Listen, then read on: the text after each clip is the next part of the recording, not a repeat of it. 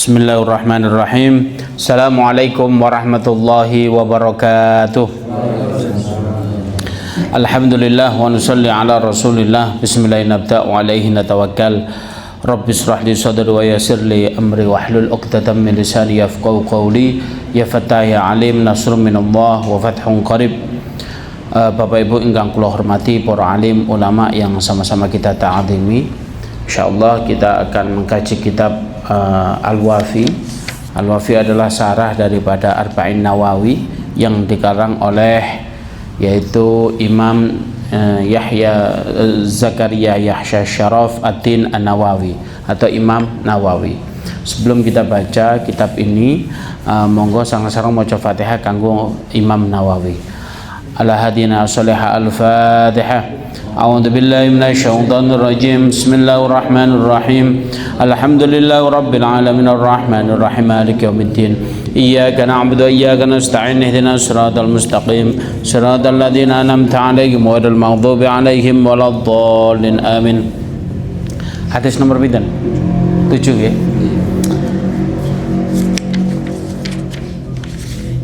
Bismillahirrahmanirrahim. Al-hadisus sabi', hadis ingkang nomor 7.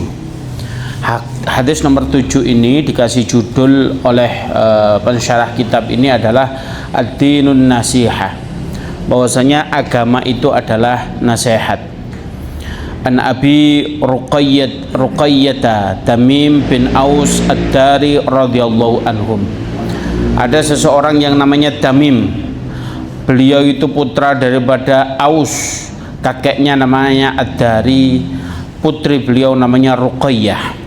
Nah, ini Rasulullah berbicara tatkala itu sahabat Tamim itu ada di situ. Perlu jenengan ketahui bersama bahwasanya sahabat Tamim ini masuk Islam kurang lebih di tahun ke-9 Hijriah. Kita ketahui bersama Rasulullah wafatnya 11 tahun Hijriah. 11 tahun Hijriah pun Rasulullah wafatnya itu bulan-bulan ketiga gitu kan, bulan-bulan Maulid itu. Nah, ini menunjukkan Tamim ini bersama Rasulullah tidak lama, nggak sampai 2 tahun, tapi beliau meriwayatkan banyak hadis. Langsung saja, beliau itu dulu sebelum masuk Islam beliau itu beragama Nasrani. Ini menunjukkan bahwasanya Rasulullah senantiasa berdakwah kepada orang-orang non-muslim. Jadi tidak betul kalau ada yang mengatakan seluruh agama itu sama. Tidak. Rasulullah juga mengajak orang-orang non-muslim itu agar supaya masuk Islam. Di antaranya pernah Rasulullah itu menyurati Heroklus, yaitu raja di Eropa, yang diutus pada saat itu sahabat namanya Dihya. Kata putra kula namanya Dihya itu ya. Nah, itu diutus untuk mengislamkan. Kalau kamu nggak Islam nanti seluruh Eropa kamu yang nanggung dosanya. Tegas Rasulullah. Pada saat itu ada orang Kristen, yaitu pemuka agama Kristen yang ada di Mesir juga disurati. Ini menunjukkan Rasulullah tidak membenarkan agama lain, tapi tidak memaksa orang untuk masuk agama Islam. Tapi senantiasa disadarkan dengan kaulan karima. Langsung saja akan kita baca.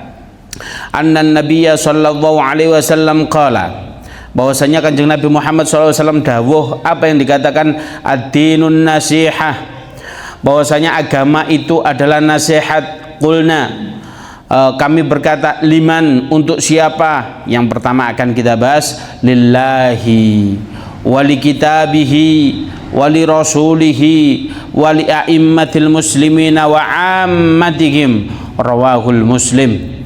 Bahwasanya agama itu adalah nasihat. Mereka berkata, para sahabat berkata, untuk siapa? Yang pertama yang akan kita bahas untuk Allah Subhanahu wa taala, untuk kitab-kitab Allah, kemudian untuk Rasulullah, kemudian a'immah, para imam-imam yang berada di umat Islam, kemudian wa ammatihim, kemudian orang-orang Islam pada umumnya. Langsung saja kita bahas bahwasanya nasihat itu penting. Yang pertama, bahwasanya nasihat itu penting karena apa? Rasulullah menjadikan nasihat itu bagian daripada agama. Berarti apa? Agama itu penuh dengan nasihat. Tapi sampean kula dinasihati ojo baper.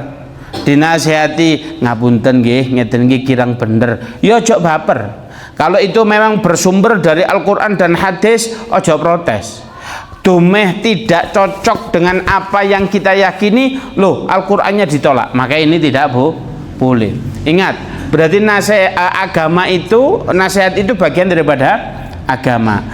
Berarti apa? Kita juga selayaknya kita senantiasa memberi nasihat kepada saudara-saudara kita.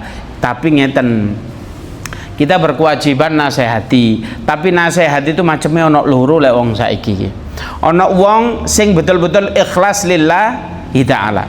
Tapi ono wong nasihati itu haddun nafsi. Napa sih haddun nafsi? Haddun nafsi itu cek awake dhewe koyok-koyok luweh mulya timbang sing di nasihati. Kon niku wis nom ojo ngene lah. Ini kan muncul bukan wong tuwek tapi metuweke metu lek jarang malah ngoten nggih metuwek gitu ya. Ini ndak boleh. Koyok-koyok lek nasihati tujuannya apa? Awake dhewe cek mulya ketimbang sing di nasihati, ini ndak boleh. Menasehati tujuannya adalah menyampaikan kebaikan yang bersumber dari Allah dan Rasulnya. Kemudian apa? Agar supaya sama-sama baik. Ngoten nggih. Jadi ojo dumeh, ngoten lah. Ini yang tidak boleh. Jadi apa? Di sini dikatakan bahwasanya nasihat itu bagian daripada agama, maka kita berkewajiban yaitu menasihati saudara-saudara kita. Baik. Yang kedua, yang kita bahas adalah nasihat yang bersumber dari Allah Subhanahu wa taala. Bagaimanakah nasihat yang yang tentang Allah Subhanahu wa taala? Yaitu ada dua hal. Yang pertama, ikhlas ibadah lillahi ta'ala, bahwasanya kita beribadah harus kita lakukan secara ikhlas karena Allah Subhanahu wa ta'ala. Ada loh orang yang beribadah kepada Allah, contohnya sholat karena menggugurkan kewajiban saja. Aku ya wis pokok wis gugur kewajibanku ya wis. Berarti apa? Sholat ini karena menggugurkan kewajiban. Karena apa? Ini tidak ikhlas. Bagaimana ikhlas lillahi ta'ala? Ciri-cirinya ikhlas itu hanya satu, yang diharapkan ridhonya Allah Subhanahu wa ta'ala. Yang kalau dia beribadah, hanya yang tumbuh dari ibadah itu mahabbah kepada Allah Subhanahu wa ta'ala. Bagaimana kalau orang-orang ibadah karena Allah ta'ala itu diantaranya dia itu kangen, rindu kalau dia beberapa menit saja tidak beribadah. Contoh zaman sholat subuh, zaman sholat subuh, qobliyah subuh, wes iki kok ngenteni waktu titik ya sholat isyraq, kok ngenteni waktu titik kalem titik ya sholat duha jam 7:30 jam 8, ngenteni duhur gurung mari oh jam 11 ono waktunya duha lagi loh, jam duhur kemudian asar. Inilah kerinduan kepada Allah jika kita ibadah yang dilakukan secara ikhlas, bukan karena semata-mata menggugurkan kewajiban.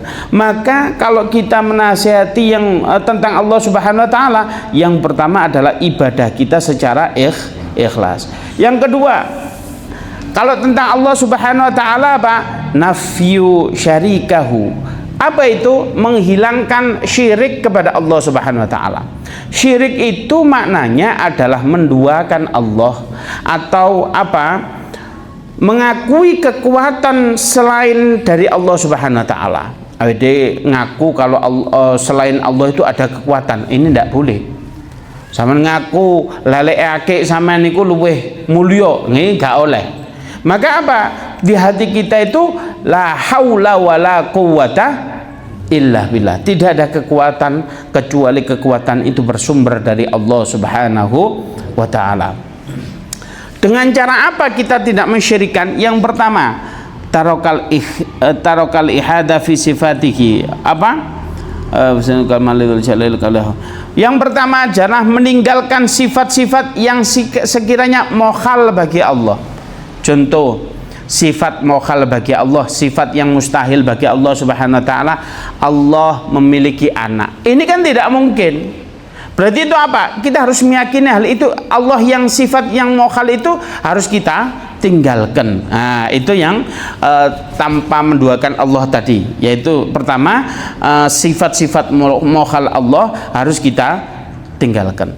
Yang kedua, meninggalkan apa yang dilarang oleh Allah Subhanahu wa taala secara total dan menjalankan apa yang dilarang oleh Allah secara maksimal. Lalek meninggalkan apa yang dilarang oleh Allah ini ku secara total. Contoh Allah melarang jenengan ngombe bir begitu ya. Ya wis lah, gawe tombo kepingin titik ae. Maka ini ndak boleh. Jadi lek sampean ninggalno ya wis ditinggal. Gak oleh sing jenenge napa jenenge ghibah namimah ya ditinggal total. Tapi lek mengerjakan apa yang diperintahkan oleh Allah secara maksimal. Contoh maksimal niku ngeten. Bahwasanya sholat salah satu rukunnya itu berdiri. Sampean gak kuat, ya ambek lungguh. Gak kuat meneh, ambek turu. Gak kuat meneh, ambek ketip-ketip. Gak kuat meneh, ijono beras Pak, lagi gak kuat kedip-kedip ya. Berarti apa? Kedip merem tok ae. Berarti alias mati ya. Ini adalah bagaimana nasihat yang bersumber dari Allah Subhanahu wa taala. Tentunya nanti kita harus meyakini la ilaha illallah. Ini la ilaha illallah itu ada yang meyakini ada yang mentafsiri sifat wajib 20, wujud, qidam, baqa. Ini akan panjang sekali kalau kita kajian. Ada yang membagi tauhid ini, akidah itu menjadi 3. Ada yang nang uluhiyah, rububiyah, asma wa sifat. Lale uluhiyah niku ya napa? Uluhiyah niku gampangan ngeten. Uluhiyah itu Tuhan jenengan Allah, sudah beres. Tidak ada yang lain. Wala ghairuhu. Lek rububiyah niku ya napa? Tak takoni. Tuhane wong kafir niku napa? Tuhane wong Nasrani napa? Salah. Tuhannya Islam. Tuhannya Allah. Mereka ingkar. Lho nggih. Wong buktine ya dikai rezeki ambek Allah. Buktine mereka dikai kehidupan, mereka dikasih nafas. Lah itu jenenge makhluke Allah. Lah nggih sih? Tapi mereka ingkar. Ingkar itulah dikata-kata kafaro, dikafir sehingga mereka dikategorikan kafir. Loh, ngeten. Berarti apa? Rububiyah itu seluruh Tuhan alam ini adalah Allah. Le asma wa sifat niku ngeten gampangane. Asma wa sifat iku contoh Allahul Hayy. Allah itu hidup. Faiz hidup. Napa bedane Allah hidup, Faiz hidup? Apa bedanya? Kalau Faiz hidup pasti ada endingnya apa? Mati. Tapi Allah wal awwal wal akhir. Allah itu awal dan akhir. Allah itu gak butuh permulaan juga gak butuh akhir. Berarti apa? Allah selamanya akan hidup. Allah itu gak butuh depan, Allah itu gak butuh belakang, Allah itu gak butuh atas, Allah itu gak butuh bawah, Allah itu gak butuh jero, gak butuh jobo, kan begitu Allah itu. Sehingga apa? Allah itu beda dengan sama-sama hidup tapi beda. Contoh lagi, innallaha 'alal arsy istawa. Sungguhnya Allah itu duduk di atas ars. Cek gampang nih. Sungguhnya ars ini saya ganti kursi ngoten. Sungguhnya Allah duduk di atas kursi. Faiz duduk di atas kursi. Napa bedanya Allah duduk di atas kursi, Faiz duduk di atas kursi? Apa bedanya? Lek kula lungguh kursi niki Pak Tris iseng dijobok kursine kula ngeblak.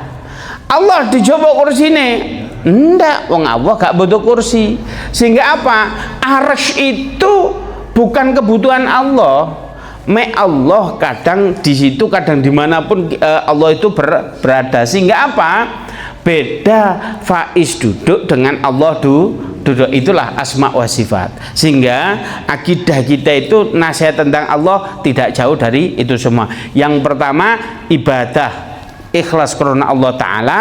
Yang kedua nafyu syirkulillah, yaitu menghilangkan syirik kepada Allah Subhanahu wa Ta'ala.